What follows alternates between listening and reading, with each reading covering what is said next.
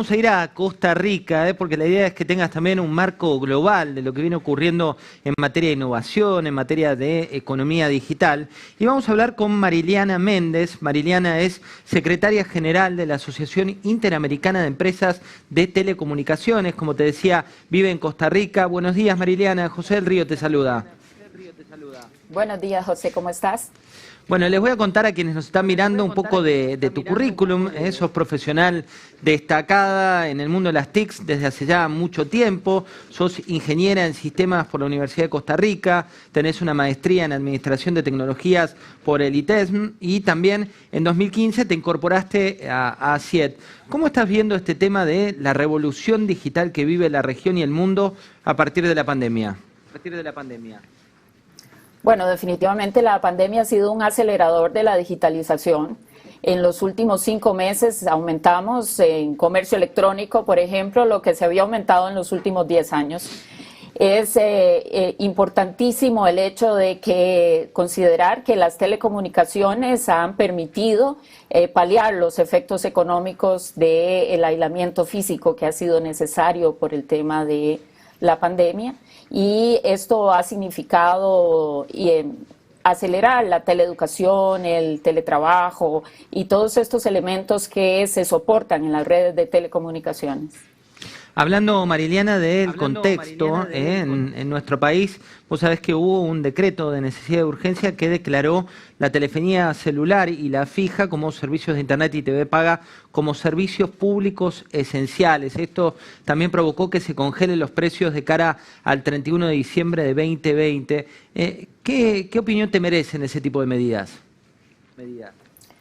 Bueno, esta industria, que es la base de la digitalización, como decíamos, es una industria muy intensiva en capital y que requiere mucha seguridad jurídica y normas claras para poder funcionar.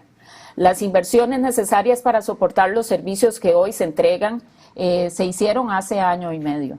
Es decir, empiezan a desarrollarse, es un trabajo largo. Entonces, un cambio tan drástico y de tan amplio alcance como este DNU, pues preocupa muchísimo a la industria, porque esto significa que estamos jugando con reglas diferentes, va a haber un aumento en el costo del financiamiento para las inversiones, pone en riesgo las inversiones futuras y las inversiones actuales, porque las redes son de constante mantenimiento y el aumento de los requerimientos de los usuarios también deben ser satisfechos.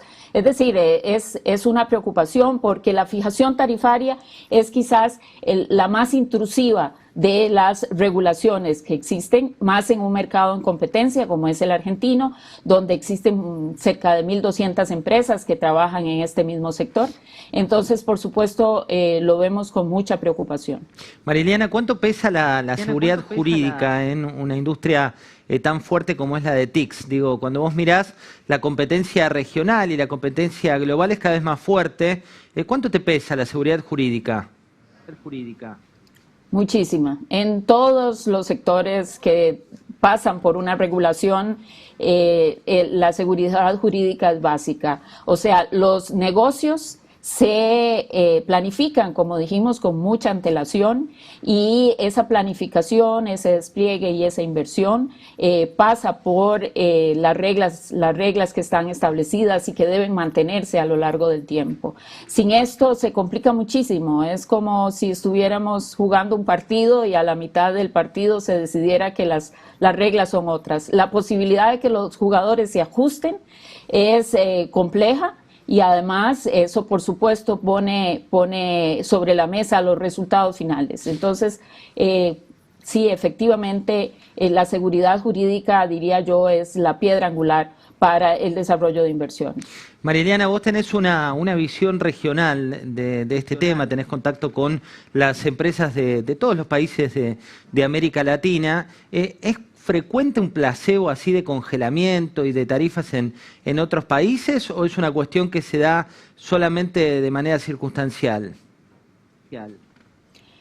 Pues esto es yo diría muy poco común, si es que yo no lo he visto sinceramente en otros mercados. Por supuesto, el entorno de la pandemia pues ha hecho que algunos países tiendan a a proteger al usuario en términos de que no se corten los servicios a pesar de que no se pague la facturación o medidas de esa naturaleza. Pero en muchos de estos temas también hay una compensación asociada a, por ejemplo, no pagar ciertas tasas o bien prorratear la entrega de ciertos impuestos. Pero en realidad el congelamiento de tarifas, y más en un entorno macroeconómico como el argentino, tiene un altísimo impacto. Sí reconocemos definitivamente que hay una parte social, una parte del servicio que debe llegar a las poblaciones vulnerables, que están siendo mucho más afectadas en esta pandemia, pero eso tiene sus propios instrumentos y sus propios métodos, que son los sistemas de servicio universal. Así que en este sentido consideramos que este tipo de medidas deben acotarse, y así se ha hecho, por ejemplo, en Chile, Colombia. Estas medidas se acotan a aquellas poblaciones vulnerables, y eso permite que el resto del mercado siga funcionando, que ayude a la sostenibilidad de las industrias, y entonces eso compensa, o sea, es un elemento solidario dentro del funcionamiento de las telecomunicaciones, y son instrumentos que están instalados hace muchísimo tiempo, muchísimos años que esto está funcionando en la mayoría de los países latinoamericanos. Este componente de solidaridad se llaman fondos de servicio universal. Argentina tiene uno, a lo que los operadores contribuyen con un 1% de su facturación bruta, lo que significan unos 60 millones de dólares al año, y es allí donde reside la posibilidad verdadera del cierre de brecha, acompañado, por supuesto, de una agenda digital transversal que permita llegar a las poblaciones en vulnerabilidad geográfica, en vulnerabilidad de ingresos, o bien porque no tienen las habilidades digitales para aprovechar los servicios. Mariliana, muchas gracias por esta charla. Gracias a vos por tenerme aquí.